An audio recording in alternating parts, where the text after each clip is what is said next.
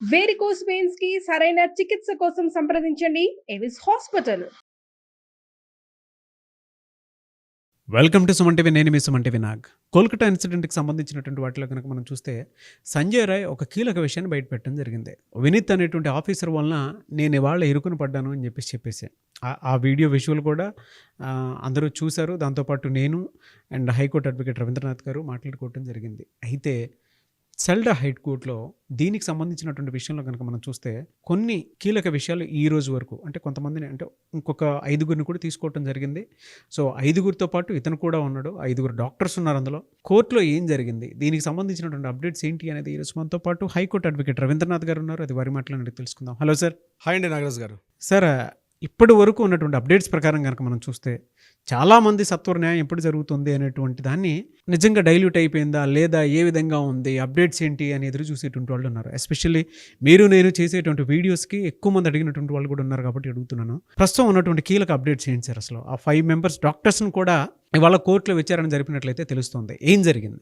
RG Kar medical college అత్యాచారానికి సంబంధించినటువంటి కోర్టులో ట్రయల్స్ నవంబర్ 11 నుంచి ప్రతిరోజు జరుగుతున్నాయి. నవంబర్ 11 సంజయ్ రాయ్ ఇంట్రాగేషన్ చేశారు. తర్వాత నిన్న మంగళవారం నాడు మరికొంతమంది ఇంట్రాగేషన్ చేయడం కూడా జరిగింది. ఈ మొత్తం కూడా ఈ విధానం అంతా కూడా ఇన్ హౌస్ కెమెరాలో జరుగుతుంది. కోర్టులో నేను చెప్పడం జరిగింది ఇన్ హౌస్ కెమెరా ఎలా చేస్తారో కూడా. ముఖ్యంగా జడ్జి గారు ఉంటారు, అడ్వకేట్స్ ఉంటారు, డిఫెన్స్ వైపు నుంచి, అదేవిధంగా వాద ప్రతివాదాలకు సంబంధించి ఇద్దరు అడ్వకేట్స్ ఉంటారు.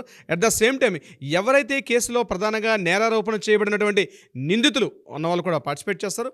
అట్ ద సేమ్ టైం ఎవరైతే దీనికి సంబంధించిన రిలేటెడ్ ముఖ్యంగా సిబిఐ సంబంధించిన ఆఫీసర్స్, సిబిఐ ఫోరెన్సిక్ ఆఫీసర్స్, ఈ కేసుకు సంబంధించిన ప్రధాన వ్యక్తులు తప్పించి థర్డ్ పర్సన్స్ ఎవరు కూడా ఈ కేసులో ఈ ఇన్ హౌస్ కెమెరాలో జరిగేటువంటి కోర్టు యొక్క ప్రొసీడింగ్స్ ఎవరు కూడా ఇందులో పార్టిసిపేట్ చేయరు. అయితే నిన్న మంగళవారం నాడు ఏం జరిగిందంటే సంజయ్ రాయ్ కోర్టులో ప్రొసీడింగ్స్ ప్రకారం ఆయన్ని ప్రాసిక్యూట్ చేస్తున్నారు.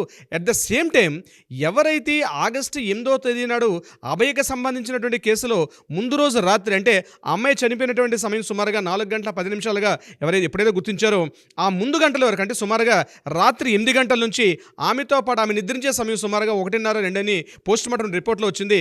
రాత్రిపూట పీజీటీ విద్యార్థిగా ఆమె చేస్తున్న మిడ్ నైట్ డ్యూటీలో అంటే 36 గంటల పాటు డ్యూటీలో భాగంగా ఆవిడ ముందు రోజు రాత్రి 8 గంటల నుంచి రాత్రి ఆమె నిద్రపోయే సమయానికి ఏదైతే 1:30, 2 అని చెప్తున్నారో ఈ టైం వరకు ఎవరైతే ఆమెతో పాటు ఉన్నటువంటి 5గురు జూనియర్ అడ్వకేట్స్ అని చెప్పారో ఆ 5గురు జూనియర్ అడ్వకేట్స్ని కూడా నిన్న ప్రాసిక్యూట్ చేయడం జరిగింది. ఆ 5గురిలో కూడా అందరినీ ఒకేసారి కాకుండా 2 విడతల వారుగా చేశారు. ఇద్దరిని మంగళవారం చేశారు. ఈరోజు బుధవారం నాడు మరో 3గురిని ఇంట్రాగేషన్ చేయడం కూడా ప్రాసిక్యూషన్ చేయడం కూడా జరిగింది. ఆ ఇద్దరిని ప్రాసిక్యూట్ చేసిన భాగంగా ఆ కోర్టు ట్రయల్స్లో కూడా జరిగింది. మీరు ఎందుకు ఉన్నారు ఇక్కడ? ఆ టైంలో మీకు అభయకి మధ్య జరిగిన డిస్కషన్ ఏమిటి?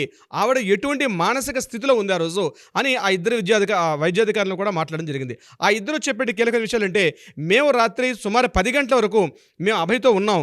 ముఖ్యంగా కాలేజ్ సంబంధించిన కొన్ని విషయాలు మాట్లాడుకున్నాం, ఎగ్జామ్స్ సంబంధించిన కొన్ని విషయాలు మాట్లాడుకోవడం జరిగింది.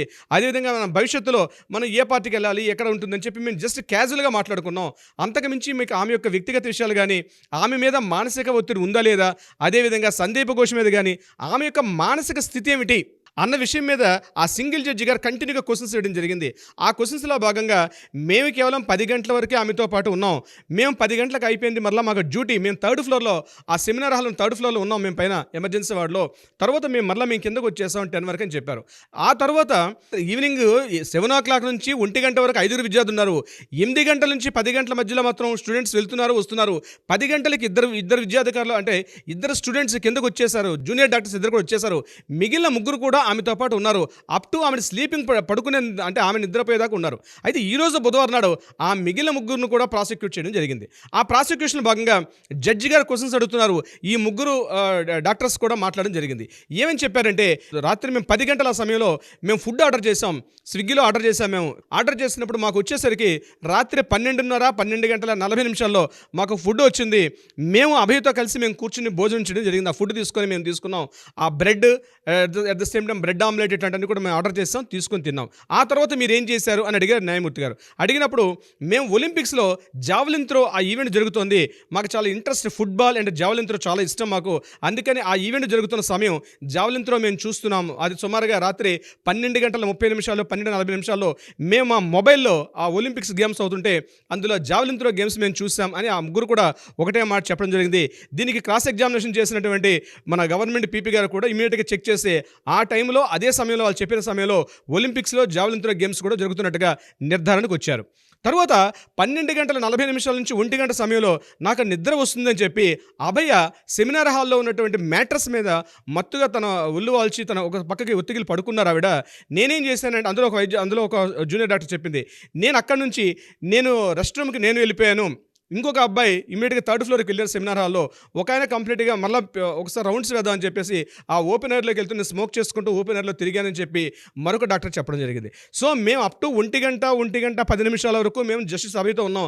ఆ తర్వాత సంఘటన ఏం జరిగింది మాకు తెలియదని చెప్పి ఈ ముగ్గురు కూడా ఈరోజు కోర్టులో ఈ ప్రాసిక్యూట్ చేసిన భాగంగా వాళ్ళు చెప్పడం జరిగింది. అయితే ఇక్కడ కీలకమైన విషయం ఏంటంటే ఈ యొక్క ప్రాసిక్యూషన్ జరుగుతున్న మొత్తం సమయంలో కూడా సంజయ్ రాయ్ అదే సమయంలో అక్కడ ఉండడం జరిగింది. సంజయ్ రాయ్ మాత్రం ఎట్టి పరిస్థితుల్లో మాట్లాడవద్దు, మేము మాత్రం ప్రాసిక్యూట్ చేస్తున్నాం, ఆ ప్రాసిక్యూషన్ చేస్తున్న సమయంలో నువ్వు మాత్రం మాట్లాడొద్దని చెప్పి మాట్లాడే ప్రయత్నం సంజయ్ రాయ్ చేసినప్పుడు కూడా మాట్లాడవద్దని జడ్జి గారు అని చెప్తే ఇమీడియట్గా సంజయ్ రాయ్ అక్కడ ఆగిపోయాడు. ఈరోజు మధ్యాహ్నం 12:40 ఆ ప్రాంతంలో సంజయ్ రాయ్ ఒక్కడనే కోర్టు యొక్క వెనక వైపు నుంచి, ఎందుకంటే లాస్ట్ టైం జరిగింది మీడియా యొక్క ఇబ్బందులు గురయ్యారని చెప్పి చాలా తక్కువ మంది పోలీసు సిబ్బందితోటి ముఖ్యంగా మీడియాకి కనబడకుండా దూరంగా ఉండి మీడియాకి పూర్తిగా ప్రవేశం లేకుండా వెనక డోర్ నుంచి సంజయ్ రాయ్ని బయటికి పంపించడం జరిగింది. ఈ ముగ్గురును కూడా కంటిన్యూగా 3.5 గంటల పాటు ఈ ముగ్గురు యొక్క డాక్టర్స్ని కూడా విచారించడం జరిగింది. సో మొత్తానికి కోర్టులో ఏదైతే సెల్డా సెషన్స్ కూడా జరుగుతున్న ఈ ప్రాసిక్యూషన్లో భాగంగా మాత్రం కొంత కఠినతరంగా జరుగుతోంది. Each and every pin to point CBI file చేసినటువంటి సాక్ష్యాధారాలు, అలాగే సేకరించినటువంటి ఆధారాలు, అట్ ద సేమ్ టైం ఎవరైతే ఈ కేసుకు సంబంధించి ఉన్నారో వీళ్ళకు కూడా చేయడం జరిగింది. అయితే ఇంకొక విషయం మనకు తెలిసిన ఈరోజు మనకు కీలకమైన విషయం బయటపడింది ఏంటంటే ఇప్పటి వరకు కూడా ఎవరైతే ఈ జూనియర్ డాక్టర్స్ ఉన్నారో ఈమెతో పాటు ఉన్నటువంటి వాళ్ళకి కేవలం ఇంట్రాగేషన్ చేసాం అనుకున్నాం. కానీ ఈరోజు సిబిఐ డిస్కషన్లో భాగంగా బయటకు వచ్చి ఆ అడ్వకేట్స్ చెప్పిన విషయం ఏంటి, వీళ్ళ మీద కూడా పాలిగ్రాఫ్ టెస్ట్ చేశారు, వీళ్ళ మీద కూడా ఈ నార్కోటిక్ టెస్ట్ చేయడం కూడా జరిగింది డాక్టర్స్ మీద కూడా. వీళ్ళు చెప్పింది నిజమా అబద్ధమా క్రాస్ ఎగ్జామినేషన్ చేస్తున్న భాగంలో కూడా వీళ్ళతో పాటు కూడా అరకటి టెస్టులు కూడా చేయడం జరిగింది. సో ఎనీవే సిబిఐ ఏదైతే దర్యాప్తు ఇచ్చినటువంటి ఛార్జ్ షీట్లో భాగంగా ఏదైతే సబ్మిట్ చేశారో దాన్ని బేస్ చేసుకుని జడ్జి గారు కంప్లీట్గా ఇంట్రాగేషన్ చేయడం జరిగింది. సో ఇదొక విచారణ ప్రక్రియలో బాగా జరుగుతుంది. రేపు కూడా విచారణ ఈ సమయం కల్లా జరుగుతుంది. మనకు అప్డేట్స్ డెఫినెట్గా మనం ఈ టైంకి ఇద్దాం నాగరాజ్ గారు. కానీ చాలా విషయాలు బయటకు వచ్చాను. అందులో ఒక 5 డాక్టర్స్కి నార్కోటిక్ టెస్ట్, దాంతోపాటు పాలిగ్రఫీ టెస్ట్ జరిగిందని చెప్పేసి చెప్పడం జరిగింది. అండ్ మొన్న మీడియా కథనాల ప్రకారం అయితే కేసు మొత్తం యూటర్న్ తీసుకుందాం అనుకునేటువంటి ఆలోచన అయితే డెఫినెట్గా కలిగిందండి. There is no doubt. And ఇంకొకటి అప్డేట్స్ అసలు దీనికి సంబంధించి ఎందుకు రావట్లేదు, డైల్యూట్ అయిపోయిందా అని ఆలోచించుకునేటువంటి వాళ్ళకి ప్రతి ఒక్కరికి కూడా లేదు, సెల్డా కోర్టులో దీనికి సంబంధించినటువంటి ఏవైతే విచారణలు జరుగుతూ ఉన్నాయో అవి కంటిన్యూ అవుతూ ఉన్నాయని చెప్పేసి మనకు కొన్ని కీలక అప్డేట్స్ రావడం కూడా చాలా మంచి విషయం, చెప్పడంలో ఏమాత్రం డౌట్ లేదండి. బట్ ఏదేమైనా సరే అన్న ఈ కేసుకి సంబంధించి we want justice, we demand justice. Anyways thank you అన్న, thank you so much Ravindranath గారు. Thank you so much Nagaraj గారు.